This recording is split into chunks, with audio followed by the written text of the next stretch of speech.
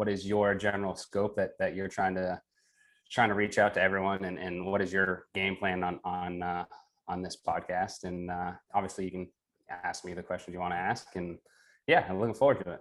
Yeah, so we can jump right into it. I'm already recording now, and so yeah, my game plan with the podcast is just to like to talk to interesting people and try to get out there as much as possible. You know, if I can network with people, I think maybe opportunities might open up in the future, or you might make a new friend. You never know. Right.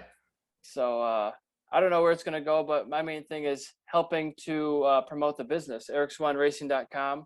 I sell products on there. I work a normal job still. I have a regular job I go to, and then I come home and work on my business. You know, every day I'm shipping orders. Today I just shipped a couple orders to Canada, to Mexico, and a couple to the States here. So it's definitely growing. You know, I've already crossed the threshold of 5-figure months, so that's definitely a cool thing to have. I need to get to the next milestone. You know, it's just slow, steady progress is the best kind of way most of the time. Right. Yeah. Keep chugging at it. Yep. So you've been racing for quite a while now, and you got a Daytona hat on. I saw you sent some pictures over of yourself on the podium. So tell me a little bit about Daytona for you. Yeah, so Daytona. Let's see. I've been racing now since I think I was 26, 27, 26, I think maybe. Yeah, so originally from Vermont. So my home track was Loudon, New Hampshire. We had our own, it's part of CCS, but it was we had our own track, so we went to Loudon every weekend. We didn't travel. Which was good and bad, because, if you talk to anyone that's been to Loudon, they either hate it or they love it. It's a very tight technical track. So for me, being new, going there was both a blessing and some hardships for sure. Because, it's a tough track to go fast on. It's old pavement, so it's super bumpy. Suspension needs to be right on. And, so yeah, I started there. Let's see. I originally started. I started halfway through a season. I had a road bike that I had a CBR 1000, and I was like, oh, let's go to the track. It sounds like fun. I went and I did a Penguin road race school, and as soon as I was done that, I was trying to sell that bike to get an actual race bike right away. I was like, this is awesome. I was addicted right from the start. So from there, I picked up a 2006, I believe it was, a Gixxer 600. And honestly, I had a whole lot more ambition than I had skill. At first, it was a little rough. I actually got hurt. I went into turn 3 at Loudon, which is basically a 180-degree corner. And, just it was a big rookie mistake. I ran, my brake pads were gone. And I went into that. It was actually the last race of the season, my last race of the season, last lap. And I went into turn 3. I knew my brakes were fading, but I was, thinking it was going to be okay. But again, being a rookie, I went in there and I didn't have any front brakes. So I ended up hitting the wall, which was basically a concrete wall, but it had some tires in front of it. I broke my arm in a few different places. I broke my leg. So I was kind of damaged up for a little bit. I think I was 26 then. And then the following year, I took that year off and I came back the year after that. And that's when I had I had a Kawasaki ZX6. And that's, I did my full amateur year there. I think I got, 5 championships there, 4 or 5 throughout that season. And then because of that, I went down to Daytona and I got 6 championships there. So that was all my amateur year. And as far as going to Daytona, the only track that I had raced at before that was Loudon, New Hampshire, which is a slow, tight technical track. And then I go to Daytona and I get up on the banking and I'm like getting dizzy because you get all the down pressure, the G-force, and boy, that was quite the experience. But that worked out pretty well. So Daytona was good to me. Well, it wasn't. So that bike, let's see, I bought it used, obviously, and practice Friday morning. I get up on the banking and all of a sudden my foot drops down to the ground and I'm like, oh, my foot peg came off. Well, I get down to the apron and actually my frame had broken. So Oh no. apparently the bike had been welded before, and that whole piece had fallen right off. So we had to load the bike up and get to a local weld shop and get it all welded back together. But yeah, it was crazy. Daytona's special. Yeah, and so tell me a little bit about your maintenance program now that you don't want to go all the way to the metal on your brake pad. You got to change it a little bit sooner than that. Right. So what do you have a sort of checklist you go through, or how do you keep track of all that stuff? Yeah. So in the hauler, I would have a checklist. As far as oil, obviously basic stuff, oil, coolant, clutch, brake pads, and I've learned to slow down in order to go faster. Sometimes you need to slow down. Well, like I said, I had a lot of ambition and not a lot of skill. Well, skill being both on the track and off the track. So I'm learning bike maintenance as I go, obviously. And I've learned to just have the checklist, both, actually written down and mentally in your head too. And, so as far as the maintenance goes, I'm much more particular on that and actually, I got a couple guys that help me out quite a bit. Frank's Motorcycles. It's a company out of Essex, Vermont.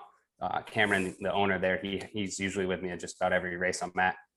He races himself, and he's basically my go-to mechanic. He's always making sure everything's good. So he helps me out a lot. And then also Boss Racing out of New Jersey. They've done my engines. They help me out with Daytona, and last year when I was able to qualify for my first Moto America event at Pit Race, they had actually built the engine for that. So those guys helped me out a ton too. Yeah, and you can see Frank's logo from far away on the bike. It's bright yellow, right? Yeah. So on that, well, I guess it was bright yellow on both my bikes. So yeah, yep. You can't miss it. Yeah. He's a good dude. He helps me out. And so you've been to Pit Race. I haven't been there since the new repave. I only rode the old North course. Yeah. So I've been there now twice. So last year I went one weekend before Moto America just to learn the track and figure out the gearing and all that kind of stuff. And then obviously at Moto America. But as far as, that's by far my favorite track. Tons of elevation. I don't know what it was like before the repave, but now it's just tons of grip and flow and a lot of blind corners. So that was it's a kind of a tough track to learn because you're constantly going faster and your brake markers are constantly changing. Well, it's almost like it's a new track every time you're going faster and faster because it's so blind, and I'd say 80-90% of the corners you gotta have 100% of your input before you can even see the corner or the apex of the corner. So yeah, it's a lot of fun. Yeah, the pretty unique turn one with that downhill, like right into the turn one section there. You don't get that very often. Yeah. It's almost like it's kind of like a corkscrew, I guess, a little bit, so that you got the first left and then the right away, and yeah, it's kind of a little corkscrew. You get a little I definitely feel the suspension working pretty good there. Yeah, the old one was very short lap. I think it was just minute 10 or under. Oh, okay. So it was very short. Oh, so maybe it was. Yeah, they didn't have any of the south portion when I raced. It went from turn one, and then you see that jaunt that goes to the right. That used to be the old course, and then that was it. It didn't have any of the south portion there. Oh wow, so it was much smaller. Yeah, a lot smaller, but you get a lot of laps in. Yeah. Yep. So just different. Do you like longer tracks or shorter tracks? There's always the argument, sorry to interrupt, but there's always the argument, like, if it's a long track, I've heard people say, well, you're going to forget what happened 2 minutes from now, but sure, you get more corners to figure out, more corners to work with. But if it's a shorter track, you learn it quicker because there's fewer corners. You do it more often. Right. Yeah. No, I see the thought process behind that. I don't think I really have a preference. It's not like I go to a track and I'm like, oh yeah, here we go, the nice long track or a short track. I don't think it either way. I'm more, what does the track have to offer as far as elevation and sweepers or tight technical? I want to know what the track has rather than, if it's just a long track or whatnot. Yeah. Do Yeah. you enjoy features that have jumps in them? There's two tracks that I know of off the top of my head that have, you can get air off of if you do it right. Yeah, so there's a track back home. Well, it's in New York safety track. I'm not sure if you've ridden there or not, I have but not. there's depending on what, because they'll run it both clockwise and counterclockwise. So depending on the direction, you can get some good air off of that. I mean, I don't know. I used to ride motocross a little bit, growing up. Jumping is okay, I guess. I really like. I guess if I had to pick something, I'd say I like a tight technical track. If I had to pick a feature of a track that I like, I guess mainly because of Loudon. Yeah. I feel, and that's what I noticed about Daytona. My amateur year when I went there, you're up on the banking, everyone's going the same speed, but as soon as you get into turn one, it seemed like everyone was parking it. And where at Loudon we have a lot of tight technical stuff, so I knew how to brake. So I think that's what really helped me out. But yeah, so I guess I'd go back to the tight technical stuff. Yeah. Okay, very good. I always saw myself as good at fast entry corners and kinks and just the stuff that separates the men from the boys. Like there's Nelson ledges that if you want to go fast, it's like wide open through the kink there, and it's not like Mid Ohio kink. It's much tighter. If you get it wrong, it could be pretty bad. But I always felt confident through there because the bike always felt good, and I always felt comfortable on top of the bike. So I always know that you should go fast in the fast parts, and that's one of the fast parts. Right. So you know what Well, you got to do. it's easy to go fast when the track allows you to go fast, right? So when it does come into tight technical stuff, that's where you'll gain or lose right there. So I think that's why I like it. Yeah. And you said you have a Kawasaki, and what are your plans for 2021? Are you going to be riding that bike or a different one? So I no longer have the Kawasaki. Let's see. So my amateur year, I had the ZX6. Then when I finished that year, actually when I came back from Daytona, John Grush, he works with, well, I think it used to be LRRS up at Loudon, New Hampshire, and now it's Nemar. John Grush and Eric Wood took it over because it was basically going to get shut down and wasn't making a ton of money. Is that Woodcraft? But anyway, yeah. So Eric Wood with Woodcraft. Yep. Yeah, yeah. So I brought down John's bike my amateur year down to Daytona. Cameron came down with me and everything. We did really well. We won those 6 championships. And on the way back, John called me and said, "Hey, would you like to join the Penguin Mentor Program?" And so I had the ZX6 at that point. John helped me out a ton to get Eric Wood's old ZX10. So my first expert year, I was on the ZX10, and I was with Penguin Road Racing. So every race weekend, I was coaching with Eric and John and everyone else. And then come race time, I was in the Woodcraft Penguin garage with Eric and John, and they mentored me and they helped me, because I'd only really had a year under my belt. And so every session or so, Eric or John would come up and lay down the law, basically tell me what I was doing wrong and tell me how I need to fix things. So anyways, John helped me get that ZX10 from Eric. And then I rode that for 1 year. I was able to, so going from the ZX10 or ZX6 to the ZX10, especially at Loudon, was like a complete night and day. It's a big jump, right? So yeah, especially at that track. So the ZX6 had like 110 horsepower, maybe, where the ZX10 was, like close to 200. What it was exactly, I think 198. I think Eric said. So that was fun to learn on that.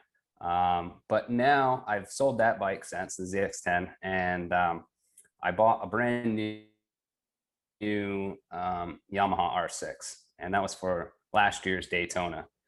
So I'd sold the 10, bought the R6, was going to Daytona, got down to Daytona for the Daytona 200, and we got 2 qualifying sessions in, and that's when COVID hit. So I had this brand new motorcycle that had a few laps around Daytona. And again, Anthony at Boss Racing, Anthony Corvo, he did the engine in that. We took it all apart, but went to showroom to Daytona, and never got to actually race the bike. We got to qualify, and that was it. And so on the way back, I'm thinking in my head, I'm like, well, I just built this brand new motorcycle. It's built for Daytona. I don't really want to ride it because it's for Daytona. So I ended up getting another R6. And so I have those two bikes, and that's what I plan on riding this year. Okay. And so for Daytona, you said you did some engine work. So what is actually allowed? Is it a super sport build or super stock? So what exactly is allowed? This is where I'm not good with this stuff. This is like a Cameron or a Corbo question. Sure. I'm not even 100% certain what the hell we did to it. I know you can run any air filter. You have to run certain stacks on those bikes. Obviously, we tuned it for MR12. I didn't do a whole lot. I know a lot of people do like, the full cut the gears and cryo treat and all that stuff. I didn't do any of that stuff. Mine was pretty basic. Basically wanted to tune it for the MR12 because that's dumping horsepower basically, That's a fast track. You're full throttle for a long time at that track. Exactly. So I wanted to make sure the bike was safe more than anything. Because I blew up at Daytona too. So let's see. It's pretty common, right?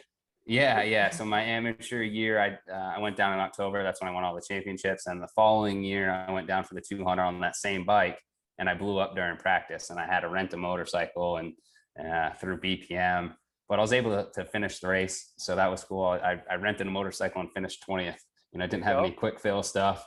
So during the pit stops, it was kind of funny. One of the officials came up because I got people putting a regular can filling the tank, and it takes 2 minutes, and the guy's like, what are you guys doing? And I'm like, well, we don't have a quick fill. So yeah, it's pretty funny.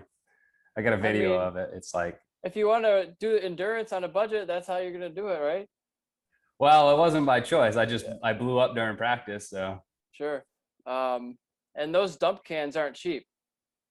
No, they're pretty expensive. I think the can itself is pretty cheap. It's the probe, it's the probe that goes into the tank and the probe that goes onto the fill can that are expensive. But I think it's, I don't know, $300 or something like that. Not crazy. And are those pressurized, or is that just the gravity?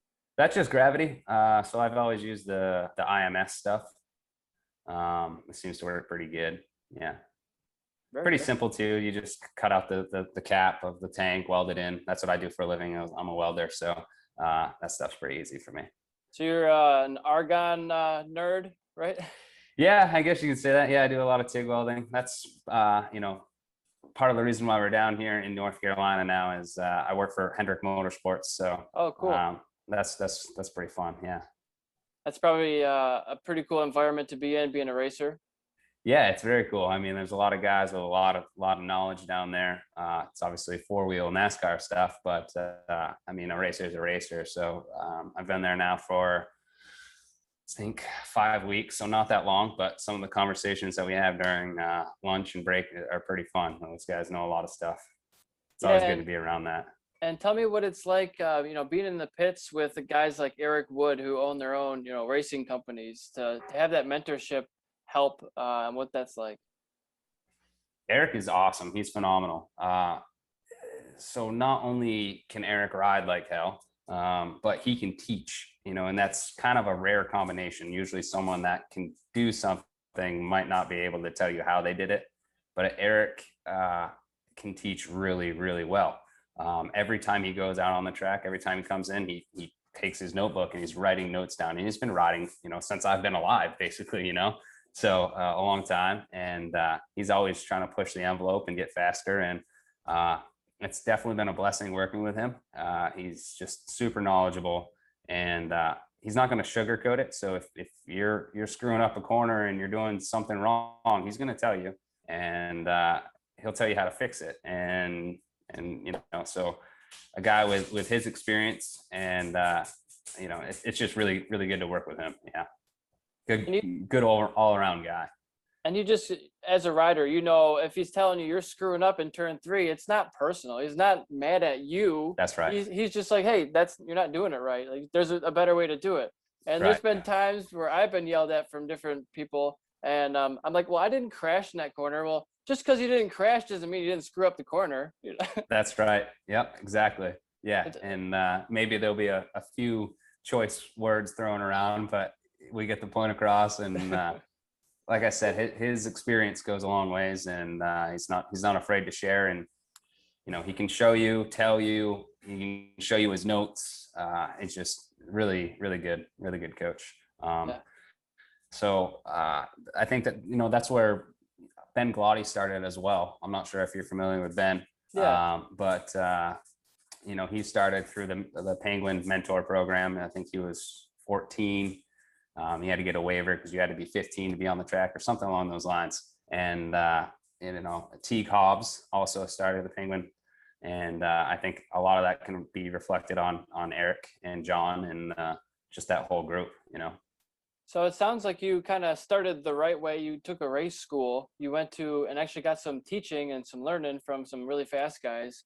Um, that's probably something I would highly recommend is for anybody going to the track, go to a race school, go to a track day, and you can get that one-on-one coaching. And sometimes there might be one teacher and 6 students, and that's even great too. Anytime you can have that direct feedback with somebody watching you is so valuable. Oh yeah, absolutely. I mean, it's really easy to, like I said, have a lot of ambition and very little talent, and you can get hurt that way. I mean, I literally did that. So for anyone listening, I highly recommend going to a race school. I mean, you got to know what you're doing. You can wad it up pretty quick. Those motorcyclists are fast, and you can only go as fast as you can stop. So and no better way to learn than from someone who's been there and done that. So I'd highly recommend that. For sure. I learned everything I know how to do from Sport Bike Track Time. I did all their coaching classes and moved up through the ranks and track days. And then I took a WERA race school, and then I got my license, and I just started learning. I got, winning my first race, and just started learning from there. And race higher classes, I think is good too. You might not always win them, but there's a lot of times you can, especially if you're a novice. You can win 1,000 races depending on what track you are with the stock 600. Oh yeah, absolutely. It's doable. I did a lot. So a lot of my amateur stuff, I did unlimited classes and race against guys on 1000s. But again, at Loudon, tight technical track, it doesn't matter. Horsepower is not the game changer there. So Right. A lot of my championships, my amateur year at Loudon, were unlimited stuff. And so going back to the 600 from the 1000, what kind of change is that like? Is it feel like you can almost get on power sooner? The biggest change was I missed that ZX10, but man, that thing was violent. The 600 was, I mean, don't get me wrong, you can get in trouble on it, but smooth, predictable, could definitely throw it around a little bit. It took a while for me to be able to throw around the 1000, and I still never really was able to. I mean, that bike was just the power to weight ratio was ridiculous. I think the biggest thing that took the longest time. How do I want to say this? It took me a long time to learn that I could be a lot more aggressive on the bars on the 1000, and it would take it more than the 600 would. In other words, Loudon, New Hampshire, we have 1, 2 that are very tight and technical. It's 1, 1A to 2. And on a 600, you just kind of flow with the bike and just let it go. Where on the 1000, you actually needed to manhandle it, grab the bike, by the horns, I guess, if you will, and throw it around, just because it was so much bigger and heavier. So that was one big thing. And obviously the power, on that bike, I had a really hard time keeping the front end down coming out of corners. And again, though, I got the bike from Eric, and I didn't change anything. I didn't change the suspension at all. I got on it and rode it for the year. And I probably should have changed the suspension a little bit because he's a little heavier than I am, but I just got on it and made it work. Yeah, rode around the issues that were present, right? That's right. Yeah. Yeah, that's what you got to do. A lot of times your setup's never going to be perfect, right? So you're just going to ride the bike how it is. Otherwise, you're not going to be riding very much, right? Yeah, that's right. Yeah. Yep. I think, vintage riders are probably experts at that kind of thing, riding around problems, because they don't have any settings to change. I mean, they have so many fewer settings that they have available to change. That's right. Yeah. It seems like there are, a lot of those two strokes guys, they're always working on the bike anyways, so Yeah, tuning they something. know in and out. Are you a two-stroke guy or a four-stroke guy? Let's see. I've never ridden a two-stroke on the street or on the track. And dirt biking and stuff. I guess I had an RM 125. That was a fun bike. But then I also had some 250s, 250Fs. I don't know. Two strokes were fun though. Yeah. And welding is such a versatile task. You can put things together. You can be creative. You can weld major beams for buildings and industrial applications. Sounds like you got a sweet deal with the being at a racing gig. Are you welding cars? What exactly are you doing on a day-to-day basis over there? Yeah. So welding's been really good to me. Let's see. Back home in Vermont, I worked for an aerospace company, so I had a lot of NADCAP Class A aerospace certs. So that was a lot of fun. Built a lot of cool stuff, gun systems for airplanes, all that kind of cool stuff. And then I went to New York, and I was doing more of like more motorcycle stuff at that point though too. But it was aerospace testing. But on the side, we had Innovative Motorsports. And so we do a lot of custom stuff for, we were starting a company. So for customers, and built a couple pit carts for my boss there. One was all steel. The new one that I made right before we left was all aluminum. But so that stuff was cool. We did tank modifications. I did the quick fill stuff, painting, all that good stuff. But here at Hendrick, it's both. It's not just NASCAR cars, cup cars and bush cars and all that stuff, but we also have a contract with GM Defense. So we're building ISVs, which are infantry squad vehicles. Basically, it's this Chevy Colorado frame that we're putting this big roll cage on, and third and fourth row seating, and all sorts of crazy stuff. You can check it out if you just type in GM Defense ISV on Google. It'll pop right up. But yeah, we have a big contract with them, so it's cool. It's not only just the car stuff, but it's the ISV too. So it's both racing and military stuff that I'm used to doing. So best of both worlds. Yeah. It's pretty cool. It sounds like military and racing are big budgets, so it's good industry to be in. Yeah. As far as if you can get any government contract, any of that stuff, it's good job security. So that's always good. Absolutely. Yeah. So are you going to be out there anywhere on social media? Where are you out there in the internets? Yeah, I do a little social media stuff, not a whole ton, but on Instagram, it's BrapSnap816, just because, I've gotten hurt on motorcycles many a time. So BrapSnap, get hurt. And then just Tyler Wasserbauer on Facebook and stuff. Yeah. Are you a video creator on YouTube?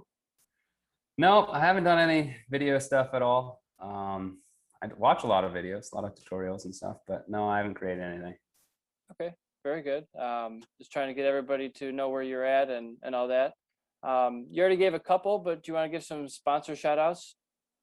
Yeah, Dunlop helps me out a ton. They after my amateur year, they took me on and helped me out a lot. So that's always good. Innovative Motorsports, company that I used to work for, Scott Riotti. He's helped me out as far as paint and body work and all that stuff. Graphics through his son, RAB Graphics. He's always making the bike look good. And like I said before, Frank's Motorcycle, Cameron Pelkey, he's helped me out a ton. He kind of pushes me through, sees the ups and downs and all that good stuff, deals with me when things aren't going so well at the track. And he's a good dude. And like I said, Boss Racing, Anthony Corbo. He if you got an R6 and you want it to go fast, bring your bike to him. He knows them in and out. So that's always good. And definitely wouldn't be this far in motorcycle racing if it wasn't for Eric and John. So Penguin Road Racing, if you're ever around New England and you want to ride some motorcycles, go to New Hampshire and do a Penguin Day. They also go down to Miami. Been down there a couple times with them. They're going to go to Pittsburgh again this year. I'm going to go to Jersey. So if you can fit them in, go to Penguin. Yeah, and you know, that's about it, I guess. Yep. And so MotoGP is in full swing already. Yeah. It's about to be the third round of the season after the first two Qatar rounds. Yep. Do you like seeing the back-to-back at the same racetrack? At that racetrack, yeah, I guess so, because at least this year the weather conditions were so different. So the first round, Ducatis didn't run down the straightaway too hard. All that wind. Like, yeah, the wind was holding them back a little bit. Maverick was able to get a pretty good gap, and so that was good. But obviously, Alex Rins, or was it Alex Rins, or no? Who was the Suzuki that got swallowed up by the Ducatis on the last lap there? Mir, yes, yeah. So that still happened, but back to back, it's kind of cool. I don't know how much the riders like it, but I think the track conditions play such a big role that it's almost a different track. Well, and just everybody is going to be more competitive. They know the track better. They just did a whole race weekend on it a week before. And so it's just in your brain. It's ingrained even more where your braking markers are, turning points, all that stuff. And you could even see it in the result of last Sunday's race. It was the closest finish ever in MotoGP history, right? It was 9 seconds between the top 15. Which is crazy. You know, that was a really fun race to watch. It was almost like you weren't watching MotoGP. Usually there's a big gap between everyone, especially the top 15. So it was good racing. So it does create closer gaps at the finish line. Right. It's like Moto America. What do you think the gap at the finish line is for the top 15? Ooh. 9 seconds. It's not 9 seconds. I can tell you that because I've been in the finish of that, and I wasn't 9 seconds behind the leader. So I'm not trying to dog anybody, but it's just a different level, you know? Yeah. It's you got the best from every country versus the best from 50 states, and then a couple of guys from different countries. We got Loris Baz coming, so that's exciting. That'll be exciting. Yeah. And he's going to bring a whole wealth of talent, and people think he's going to run away with the championship. We'll see. I mean, Cam's not there to defend it. No, but it was really good to watch Cam and Joe. You know, the first race of the year they did really well. It was fun to watch Cameron go through the pack and pick people off, and announcers were getting pretty excited. So I was, you know, it was really fun to watch. And then obviously the second race they both had a little bit of trouble, but that's racing. But it's really nice to see Americans back up there again, and yeah. It really just goes to show, even with Garrett and World Superbike, you know, Americans are right there. We just don't always get the opportunities. We don't have, you know, a step ladder of 50 other people in front of us who've done it last year. You know, it's a little bit more difficult, I think, maybe to get funding or to get the funding, get the person funded enough to be talented enough to be over there. That's right. I definitely think that you kind of nailed it there as far as the opportunity. Sometimes it's just you have to be at the right place at the right time. It doesn't matter how good you are or not.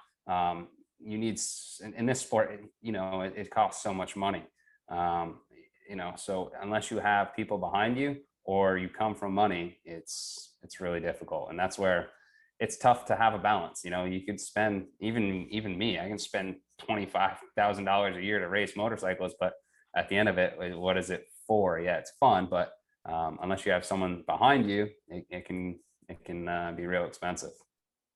For sure. So you got to be careful. You know, you got to balance your expenses and your budget. And for me, I had 20 sponsors and it wasn't enough. So I'm trying to build a business to fund it myself, and it's getting there. So hopefully, I think regardless of if my business does any better or worse, I should be able to get back to the track in a couple of years, 2 or 3 years.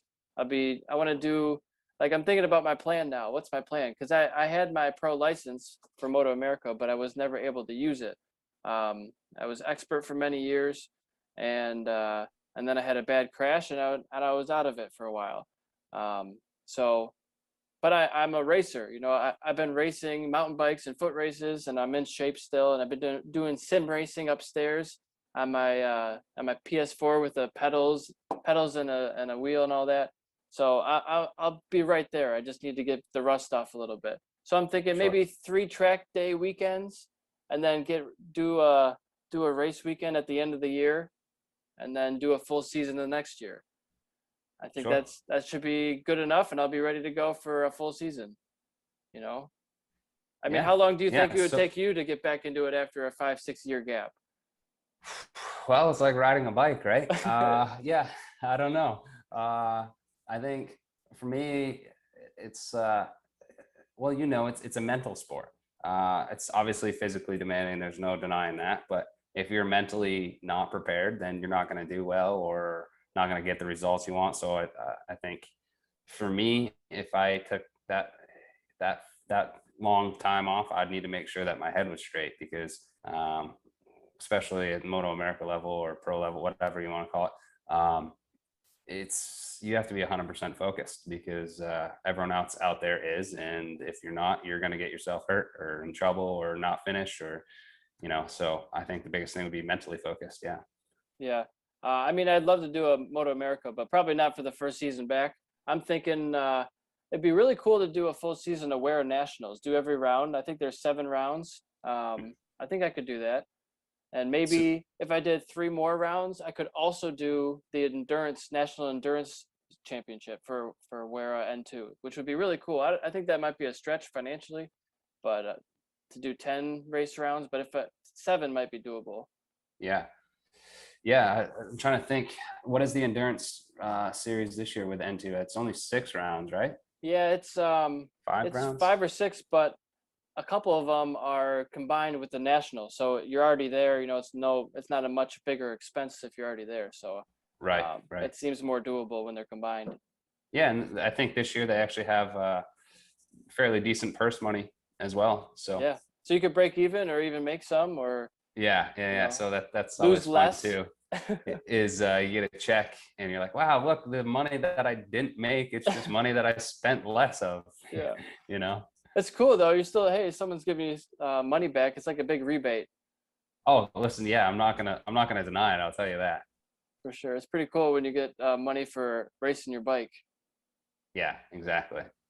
Yeah, no, it's I don't know. It's been fun. I certainly look forward to. So this year it's I'm getting a late start. Obviously, moving here to North Carolina. No hauler like I had, and picking up. I got to pick up a trailer, and then maybe another RV. And so definitely getting a late start, but I'll be back at it. I'd still like to do Pittsburgh again this year for Moto America, possibly VIR, and then still do some CCS Azure stuff. But just got to pick and choose and figure out. It's tough too now that I'm working for a new company. It's getting time off from work and just a whole new balance of things. But I'll be out there somehow, some way. But I'm sure they understand being a race team, right? Yeah. They get it, but you still gotta have a job to do, I'm sure. That's right. Um, Yeah. so not looking for a championship season this year, just doing select rounds. Yeah, definitely not a championship year for me. Select rounds, may even do some endurance stuff with Wera N2 stuff. Just want to get out there, have fun. And that takes a lot of pressure off too, because when you're running for championships and which I've done, and it's stressful. But so this year I'm not going to do that. Again, definitely want to get on the grid for Moto America. And last year I was just shy of top 10. I had it right in front of me, and I just couldn't make it happen. So that's a goal for this year is top 10. I know we can definitely do it. And same with the 200, 2021. We can certainly finish top 10 in that as well. So those are a couple goals, but yeah, no championships this year. And that'll be contesting the 600 stock class. Yeah. Yep. And so how many people do you think are in your same type of position that are what do you call it, a la carte pro racers who are just doing wild card riders. Um, how many other people do you think are not doing the full season who are going to be doing one round or so? Maybe in your I'm, class or all classes? I'm going to say just about everyone other than the people that you know their name, because like we touched on before, it's so expensive. And unless you have someone behind you, I know Pittsburgh last year, I think was like $7,000 for the one round between tires and travel and getting my guys there to help me in the pits and hotel rooms for them and just all that stuff. So yeah, it's just crazy expensive. And at the end of the week, you walk home with a $2,000 check. So instead of spending 7, I think I spent 5. And you can't use any Dunlop certs on tires or anything there. So you got to pay for your tires there. And yeah, it's expensive. So I think there's a lot of guys that are in my position, certainly fast, but not going to get the Suzuki M4 to take you on and say, hey, ride our bike kind of deal. So I think there's a ton of guys in the same position I'm at.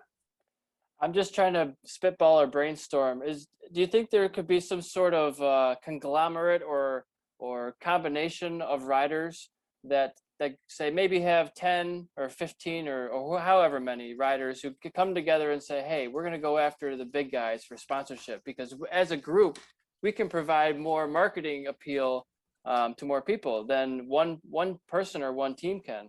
So maybe if you have 10 or 20 riders who go after Target or Walmart or something like that, I don't know, maybe that's an idea. Yeah, I mean, I think it's tough to battle against some of, I mean, they're not factory anymore. It's not factory Suzuki, but it sure feels like it, because we roll in with our truck and camper and we park next to a semi that's got X amount of bikes in it, and they can build numerous bikes when there's a crash, and money's no object really, it seems like, for them. So it's tough going against, and not to mention those guys are good. I mean, Sean Dillon Kelly and Escalante and Brent Pash and they're not with those teams because they suck. They're with them because they're really good, so all rode overseas, right?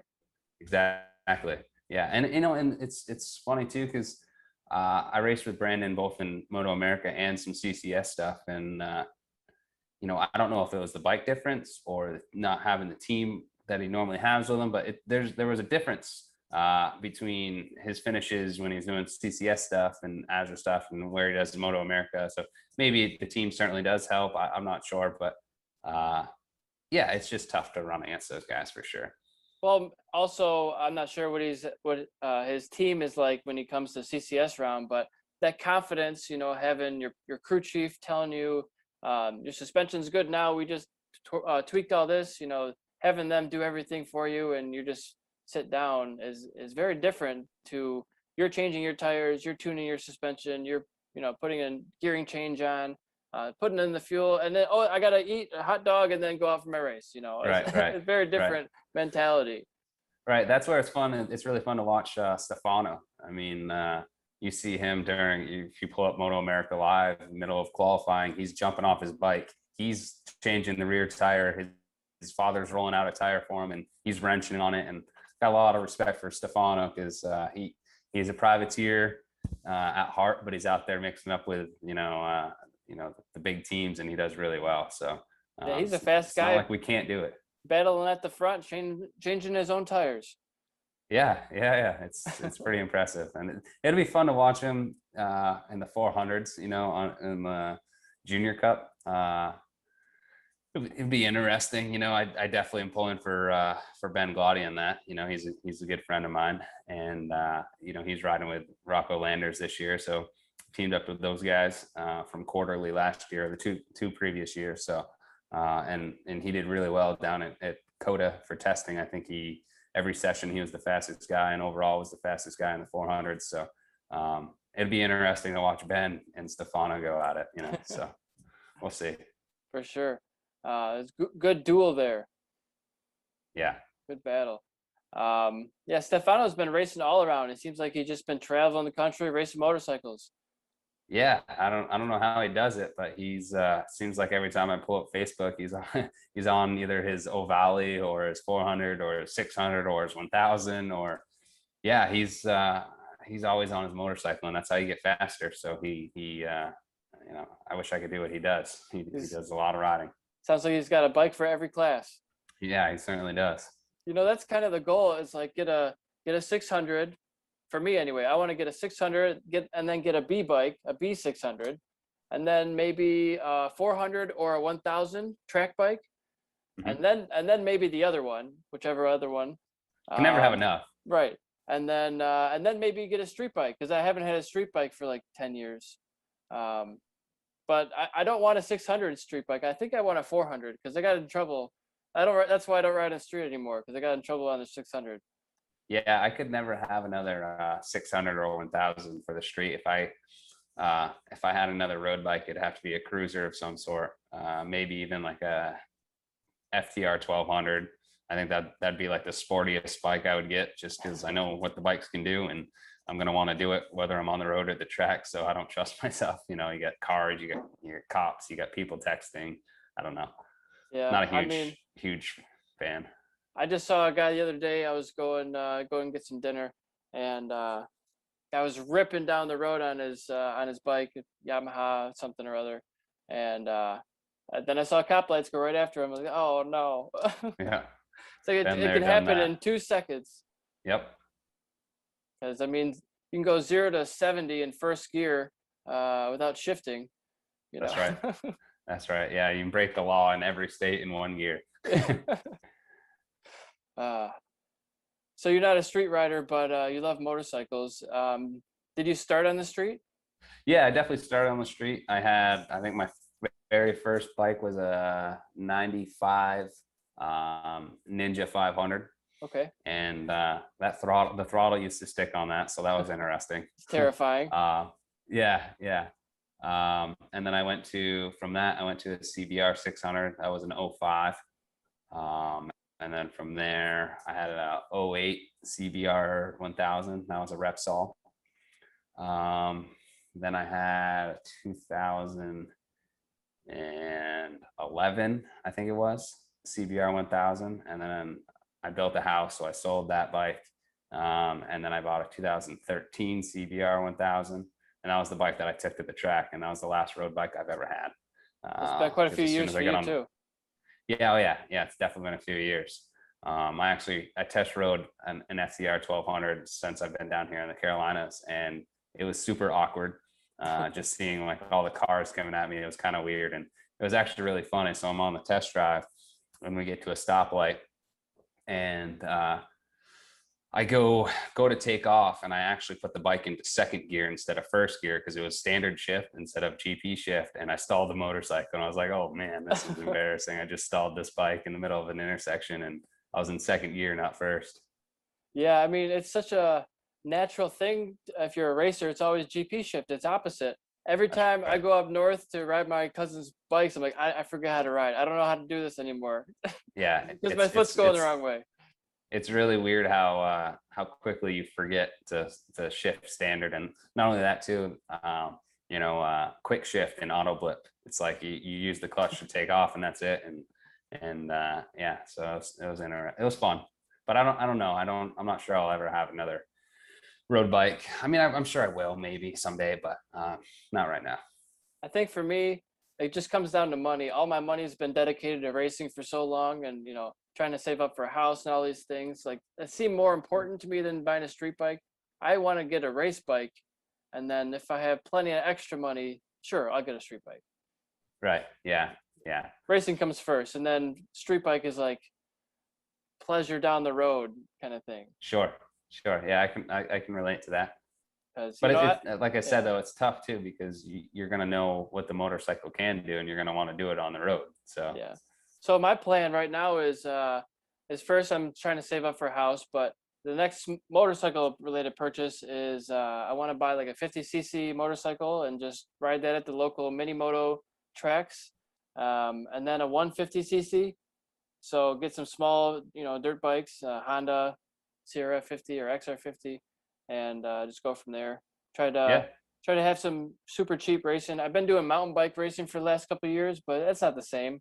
I do love the engine because my engine isn't good enough for mountain biking. Right. Yeah, you can't beat the engine horsepower, you know? Yeah. It's just having that throttle in your hand. I switched over to mountain bikes because it's great training, and it is fun too, but it's, I'm more the motorsports guy, not the mountain bike guy. Right. Yeah, I could agree.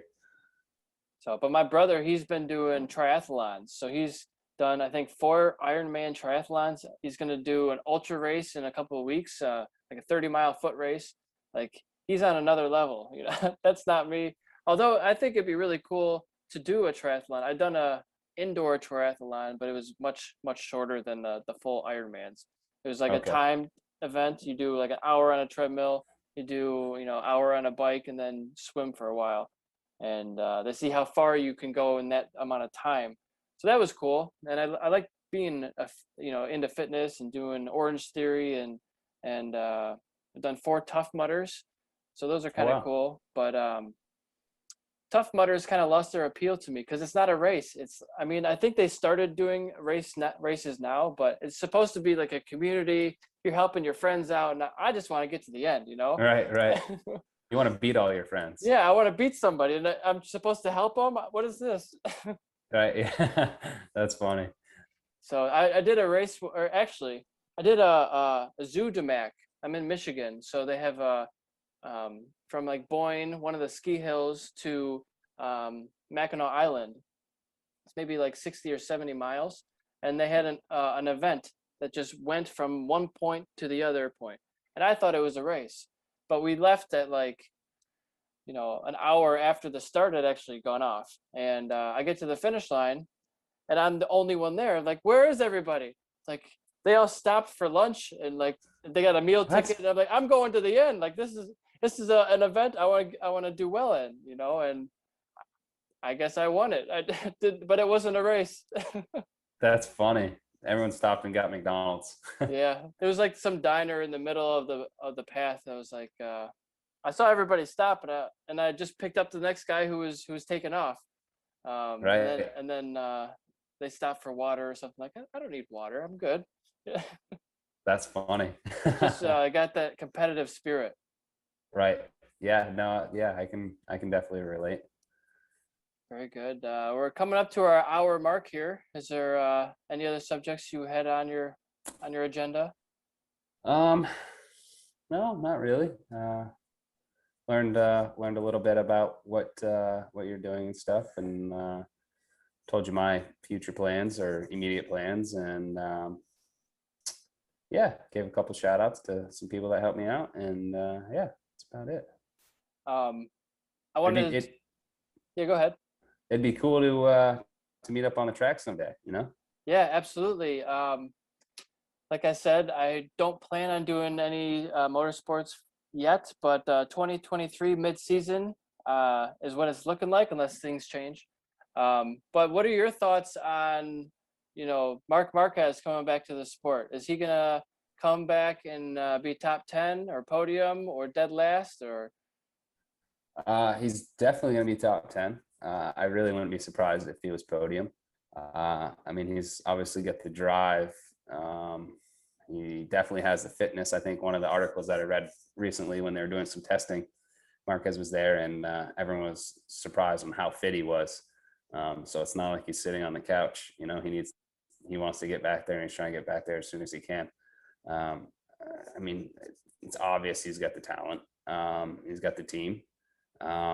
Yeah, he's gonna be there to win, and I'd be surprised if let's put it this, I wouldn't be surprised if he was on the podium for sure. Yeah, and I thought it was interesting at the Qatar races that Ducati didn't win either race, and Ducati is usually a dominant at that track. So that might be a telling sign for this whole season. Maybe Ducati's off the mark. Maybe, they're just off the mark because of the wind. They have usually an advantage because of all their downforce, but with all that downforce and it being really windy, it's a disadvantage. Right. However, did you see that launch control, or not launch control, but their what the hell is it? They have the bike sag down in the rear. What's the word? It's like a launch device. Launch device, Ducati. Yeah, but yeah. it's not the word I'm looking for, I guess. But yeah, whatever that is, that thing. I mean, you saw guys that were on the 5th row that were launching forward. I mean, the first race there was 5 Ducatis up front, right? Yeah. And was it the new Ducati guy? Is it number Jorge Martin? Yeah, Martin. Yes. He got a great start. Unbelievable. He was from like 4th or 5th row. I don't know exactly where, but right up to the 3rd place, I think. Yeah, and it was crazy. You know, that wasn't all the bike though. That's no, hit the rider. That's definitely, you know, making that kind of move. That kid reminds me a little bit of Lorenzo. Yeah. He's super young guy, or like a stoner. He was almost leading the race and doing really, really well. And it's a guy to look out for sure. Oh, absolutely. Yeah. And Zarco's back. See. Yeah, Zarco's back. He's doing well. It was good to see Maverick. It seemed like the first race, Maverick's my guy. I like Maverick.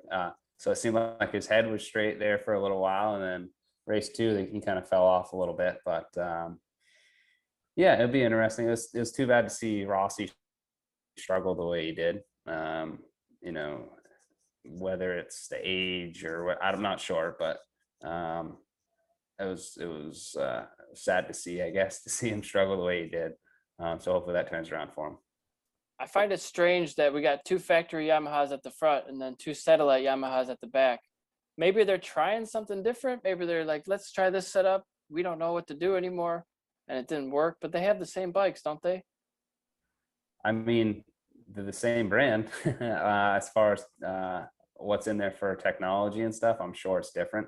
And I'm sure Rossi's there to try and coach them on what direction to go. And they obviously just made the wrong choice. But hopefully he'll turn it around, because it's fun to watch him do well. I think Morbidelli, I mean, last year he ran a couple of races. He was right up there most of the time. He was a championship contender. Mm-hmm. And then Qatar happened and he was nowhere. It's like, what happened? Yeah, I don't know. They obviously went the wrong way with something.